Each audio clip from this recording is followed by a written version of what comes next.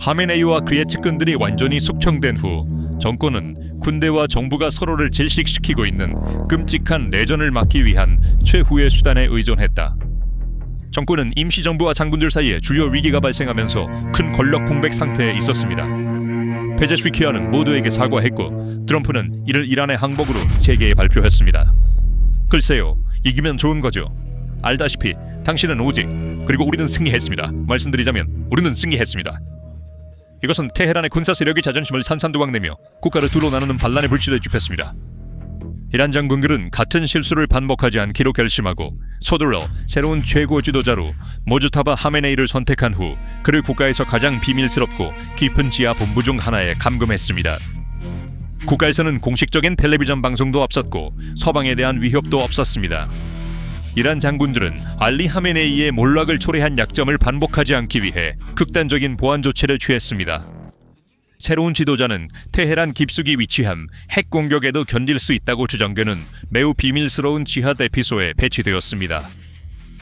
그러나 이 무서운 지하 대기는 보안 방패라기보다는 기술적인 함정으로 작용할 것입니다. 이란 정권은 내부에서 무너지고 있으며 새로운 최고 지도자는 취임 첫 24시간을 채우기도 전에 지하 벙커에서 제거되었습니다. 임명된 지 24시간도 채 되지 않은 3월 9일 오후 F-35 전투기 엔진 소리가 하늘에 울려 퍼졌습니다. 이스라엘과 미국의 공동 정보 작업으로 모주타바 하메네이가 숨고 있던 벙커의 정확한 좌표가 매우 빠르게 해독되었습니다. 전투기에서 투하된 정밀 유도 벙커 파괴 미사일이 목표에 잠겨 지표면 아래 몇 미터의 콘크리트 블록을 파괴했습니다. 이 공격은 물리적 구조물뿐만 아니라 정권의 모든 보안 교리도 무너뜨렸습니다. 공격의 정보 메커니즘은 미사일 자체보다 훨씬 더 무서운 현실을 드러냈다. 대피소의 위치가 불과 24시간 만에 식별될 수 있다는 사실은 엄청난 취약점입니다. 이 상황은 정권의 최고위층에서 정보 유출이 있었음을 직접적으로 가리켰습니다. 이러한 내부 데이터 흐름은 미국과 이스라엘 군대가 목표를 정밀하게 타격할 수 있게 했습니다. 국영 텔레비전은 모주타바 하메네이가 다리에 심각한 부상을 입었다고 발표할 수밖에 없었다. 이 발표는 정권이 자국민에게 무력함을 인정하는 것이었다. 보안 장벽이 내부에서 뚫렸다. 시스템이 붕괴되었다. 많은 소식통에 따르면 그는 이미 사망했으며 정권이 큰 심리적 환상을 만들어냈다고 합니다. 모주타바의 은신처가 드러난 후 이스라엘 정보부는 채널 14를 통해 새로운 재고 목록을 발표했습니다. 이 목록에는 알리 라리자니, 갈리바프, 아흐마드 바히디와 같은 정권의 주요 인물들이 포함되어 있었습니다. 이 목록의 공개는 군사 및 정치 지도자들 사이에 전례 없는 편집증을 일으켰습니다. 그들의 지도자들이 24시간 내에 위치가 파악되어 살해될 수 있는 상황에서 목록에 있는 다른 이름들의 생존 가능성은 사실상 존재하지 않았습니다. 장군들은 서로를 스파이라고 비난하기 시작했습니다. 이는 24시간이라는 짧은 시간 내에 은신처를 찾는 것이 위성 이미지나 신호 추적 방법만으로는 설명될 수 없었기 때문입니다. 이는 정권의 최고위층에서 직접 정보가 유출되었음을 시사했습니다. 22월 28일부터 혁명수비대 쿠드스군 사령관 이스마일 카하니가 이스라엘을 위해 정보를 제공하고 고위 장군들의 좌표를 유출했다는 심각한 혐의가 제기되었습니다. 심지어 카하니 같은 상징적인 인물조차 의심을 받았다면 다른 어떤 장군들이 모주타바의 좌표를 이스라엘 전투기에 속삭였는지에 대한 의문이 정권 내부를 갉아먹고 있었다. 새 지도자를 겨냥한 것은 그를 보호해야 할 사람들이 좌표를 은쟁반에 올려놓고 넘겼음을 나타냅니다. 채널 14 화면에서 이스라엘 정부기관에 의해 세계에 발표된 그 치명적인 명단은 즉시 테헤란의 권력 게임을 생존을 위한 대규모 투쟁으로 바꾸어 놓았습니다. 모주타바가 하메네이의 난군불락으로 여겨지던 지하 요새에서 총격을 당한 사건은 이미 정권 상층부에 심각한 충격파를 일으켰습니다. 그러나 진정한 공포의 물결은 다음 목표물들의 이름이 하나씩 공개되었을 때 터졌습니다. 알리 라리자니, 무하마드 바게르 갈리바프, 아흐마드 바히디와 같은 인물들은 이제 그 목록에 표시된 목표입니다. 며칠 전까지만 해도 최고 지도자 자리를 두고 치열하게 경쟁하던 이 인물들은 이제 그 자리에 앉지 않기 위해 필사적으로 탈출구를 찾고 있습니다. 국가의 정점으로 가는 길은 이제 무덤으로 직행하는 문에 불과해 보입니다. 군사 및 정치 엘리트의 행동 규범은 놀라운 속도로 변화하고 있습니다. 장군들은 이제 한때 권력과 안전의 상징이었던 깊은 지하 벙커를 잠재적인 콘크리트관으로 보고 있습니다. 본부 건물은 급히 비워지고 있으며 장갑차 호송대는 분산되고 지휘 구조는 디지털 또는 물리적 흔적을 잃기 위해 끊임없이 이동하고 있습니다. 정규군과 혁명수비대의 최고 지휘관들은 하늘에서 내려오는 정밀 유도된 죽음을 기다리며 직위를 포기하는 경향을 보이고 있습니다. 이 통제되지 않은 붕괴는 이란의 군사 지휘 체계를 직접적으로 붕괴 단계로 몰아가고 있습니다. 이 시스템에서 의사 결정자들이 그림자 속에 숨어 있고 새로운 지도자 후보들이 책임을 회피하는 상황에서 국가의 기구는 사실상 멈춰버렸습니다. 아무도 앞장서려 하지 않고 모두가 자신의 안전만을 생각하는 이 시나리오는 정권에 전례 없는 혼란을 초래합니다. 거리에서 발생한 피비린내 나는 봉기에서 정권의 경비대가 자국민과 반란군 부대와 충돌하며 머리 없는 몸처럼 통제 불능 상태에 빠지고 있습니다. 고위 장교들 사이의 깊은 불신과 생존 본능이 결합되어 제도적 구조를 내부에서부터 붕괴시키고 있습니다. 미국과 이스라엘 군대에 의해 실행된 이 전략적 작전은 단순히 탄약고나 피난처를 파괴하는 것이 아니라 국가를 통치하려는 의지와 엘리트의 용기를 말살하고 있습니다. 후보들이 사방으로 도망가고 거대한 군대의 장군들이 그림자를 두려워하는 이 불길한 분위기는 이란의 정치 구조가 그 자체의 무게에 짓눌리는 것을 극명하게 보여줍니다. 테헤란 중심부의 깊은 벙커가 24시간 내에 지도에서 사라진 것은 오랫동안 지역 분쟁의 경계를 넘어섰습니다. 이 사건은 모스크바에서 베이징, 평양에서 카라카스까지 이어지는 권위주의 정권의 군사본부에 울려 퍼지는 거대한 지정학적 체크메이트입니다. 냉전 시절부터 구축되어 독재 정권의 생존 보장으로 여겨졌던 지하 보안 교리는 벙커 버스터 미사일과 함께 영원히 무너졌습니다. 수십억 달러를 들여 수년에 걸쳐 지하 수백 미터 깊이의 산속에 건설된 그 난공불락의 요새들은 현대 기술 앞에서 하룻밤 사이에 무의미해졌습니다. 이 작전은 우랄 산맥에 있는 러시아 대통령 블라디미르 푸틴의 유명한 야만타우 산 폭합체의 안전성을 직접적으로 의문시합니다.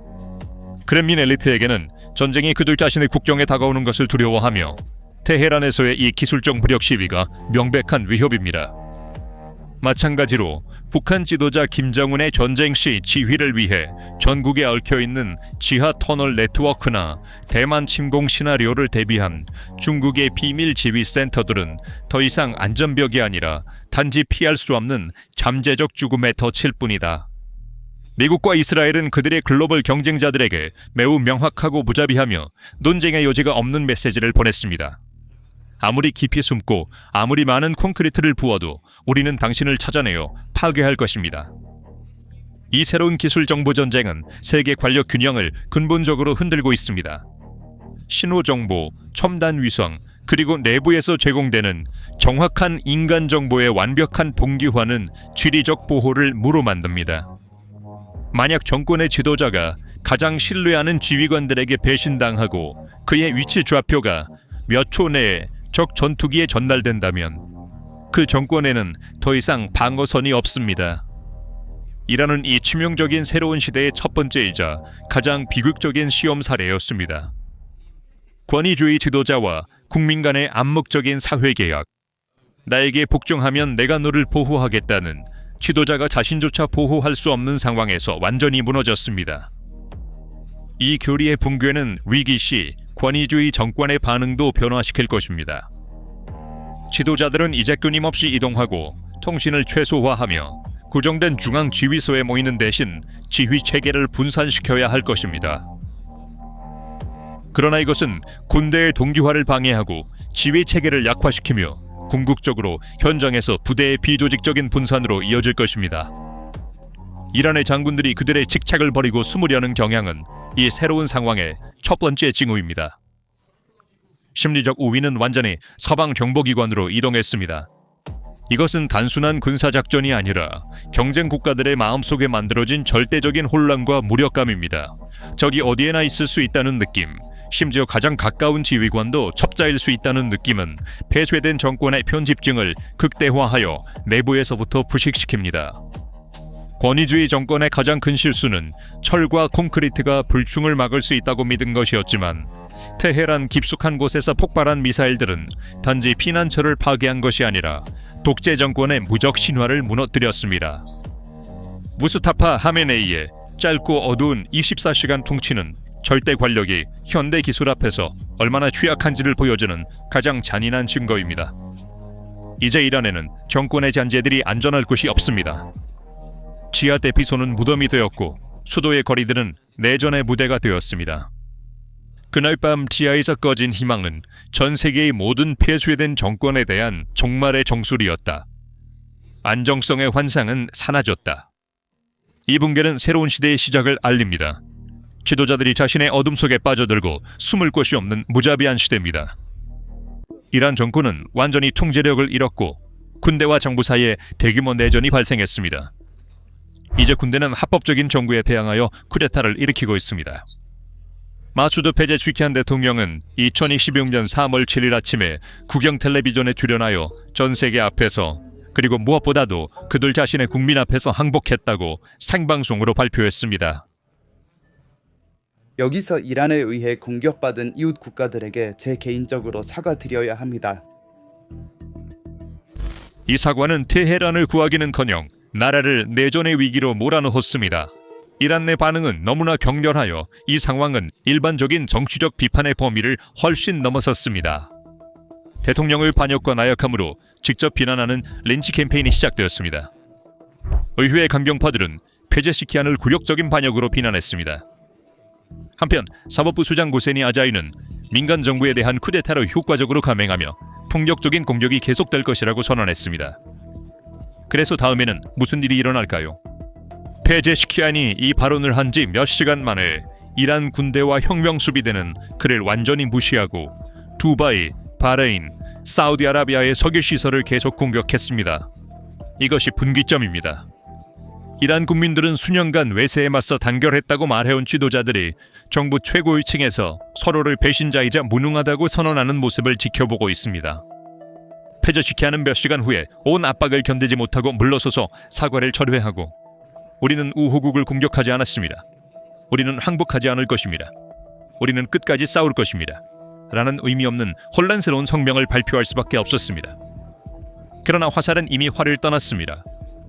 약점은 분명했고 이 약점을 즉시 기회로 바꾼 사람은 워싱턴에 있었습니다. 그는 자신의 소셜미디어 계정에 다음과 같은 정확한 말을 사용했습니다. 이란은 완전히 패배하여 중동 이웃들에게 사과하고 다시는 그들에게 발포하지 않겠다고 약속하며 항복했습니다. 이 약속은 오직 미국과 이스라엘의 끊임없는 공격 때문에 이루어졌습니다. 그는 계속해서 말했습니다. 이란은 더 이상 중동의 깡패가 아니라 중동의 패배자이며 항복하거나 더 가능성 있게 완전히 붕괴될 때까지 앞으로도 오랫동안 그렇게 남을 것입니다. 여기서의 분석은 매우 비판적입니다. 트럼프는 페제시키안의 외교적 책락을 직접적으로 항복이라고 지칭했습니다. 도널드 트럼프는 정치적 위기를 감지하는 데 능숙하며 페제시키안의 동요와 군대의 통제 상실을 보았을 때 이란의 단단한 껍질이 깨졌다는 것을 이해했습니다. 트럼프의 반응은 외교적이지 않았습니다. 그는 정권의 자존심을 직접 겨냥하는 언어로 말하여 그들을 자국민의 눈에 더 작아 보이게 했습니다. 이는 이란 내 급진파들을 더욱 격분시켰습니다. 페제시키안은 트럼프의 무조건 항복 요구에 대해 그것을 적들이 무덤까지 가져갈 환상이라고 부르며 배응할 수밖에 없었습니다. 하지만 트럼프는 말만 하는 것이 아니라 그의 힘을 실질적으로 보여주고 있었다. 이란 군대가 이웃 국가들을 계속 공격하는 동안 미군은 역사상 가장 큰 해군 배치를 이 지역으로 이동시키고 있었다. 폭스뉴스에 따르면 미국은 세 번째 항공모함을 중동에 배치하고 있다. USS 조지 H.W. 부시 항공모함이 임무를 수행할 준비가 되어 있다. 세계 최대 항공모함인 USS 제럴드 R. 포드는 동부 지중해에 있습니다. USS 에이브러햄 링컨은 아라비아해에서 공격 위치에 있습니다. 사건이 어떻게 통제불능 상태로 빠졌는지 이해하려면 토요일 아침 페제시키안의 연설 사이의 숨겨진 의미를 읽어야 합니다. 국가 원수가 갑자기 텔레비전에 나와 이웃에게 사과하는 일은 없기 때문입니다. 이 움직임 뒤에는 큰 공황과 국제적 압력이 있습니다.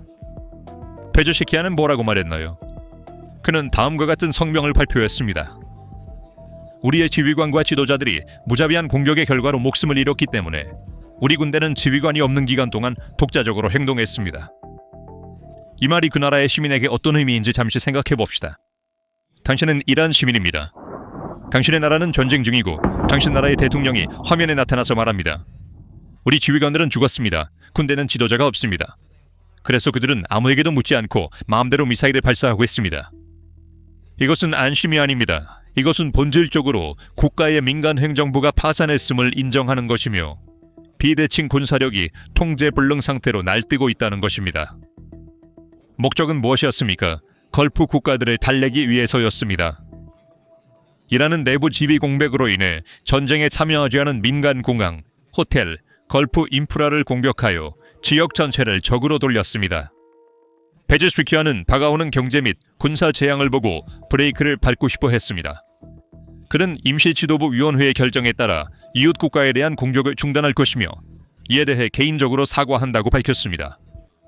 그러나 이 조치는 정권 내 강경파들에게 마지막 지푸라기가 되었습니다. 콤시를 대표하는 국회의원 모하마드 마난 라이치는 페제시키안의 발언을 모욕적이라고 하며 이제 그렇게 겸손하게 사과한 적의 기지를 우리 군대가 공격하지 말았어야 했나요? 라고 물었다. 국회 국가안보 및 외교정책위원회 위원장인 에브라힘 아지즈는 한 발 더 나아갔다. 정권은 국가 이익을 방어하는 데 있어서는 어떤 금기도 없다. 다시 말해 대통령이 한 말은 무의미하며 그들은 계속 공격할 것이라고 말했다. 전 문화부 장관 에자톨라 자르가미와 보수 언론 활동가 마이삼 릴리 같은 인물들도 어떤 휴전도 반역이라고 주장했다. 이란 대통령이 우리는 공격을 중단했습니다. 사과드립니다. 라고 말한 직후에 일어난 일을 자세히 보십시오. 이는 민간 정치의 공식적인 종말과 혁명수비대 IRGC가 사실상 국가를 장악한 것입니다. 페제시키안의 발언 몇 시간 후 두바이 국제공항에서 폭력적인 폭발이 발생했습니다. 드론이 세계에서 가장 바쁜 환승 허브 중 하나인 두바이 공항 활주로에 추락하여 모든 항공편이 중단되었습니다.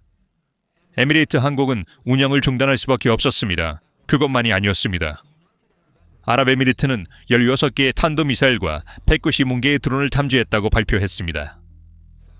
사우디아라비아는 샤이바 유전으로 향하는 무인 항공기를 격추하고 미군이 주둔하고 있는 프린스 술탄 공군 기지로 발사된 탄도미사일을 요격했습니다. 바레인에서 사이렌이 울렸습니다. 요르단은 129개의 미사일과 무인 항공기가 자국 영토를 향해 발사되었다고 발표했습니다. 이것이 무엇을 의미할까요? 이것은 이렇습니다.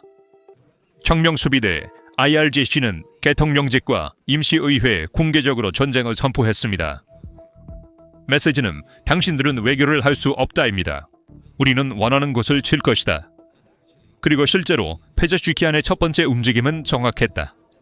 왜냐하면 이제 이란의 걸프 국가들에 대한 공격에 대한 대가를 치르게 될 것이고 이 실수가 새로운 사건을 촉발했기 때문이다. 3월 8일 아랍에미리트는 이란에 군사적으로 대응한 첫 번째 걸프 국가가 되었다. i24 뉴스에 따르면 아랍에미리트 공군 전투기의 목표는 이란의 정수 및 여과 시설과 저장 지역이었다고 합니다. 이 공격은 이란이 3월 7일에 쿠웨이트와 아랍에미리트의 정수 시설을 폭격한 것에 대한 대응으로 거울 공격이라고 설명되었습니다. 육군 대변인 아불파젤 셰카르치 장군의 우리나라를 침략하지 않는 자를 공격하지 않는다는 대통령과 상반되는 발언은 의사소통의 실패가 아니라 의도적인 도발이다. 수년간 하메네이에게만 충성했던 혁명수비대는 자체 예산을 설정하고 국가 내에 병행국가를 설립했으며 이제 최고사령관이 사망했기 때문에 그들만의 의제를 실행하고 있습니다. 이 지역에 불을 지르면서 이란 군대는 민간 건물, 대학, 주택을 군사기지로 사용하기 시작하고 있습니다. 이 문제에 대해 어떻게 생각하십니까? 의견을 댓글로 공유해주세요. PPR 글로벌의 특별 분석에 대해 계속 정보를 얻으시려면 채널을 구독하시고 알림을 켜는 것을 잊지 마세요. 저희를 선택해 주셔서 감사합니다.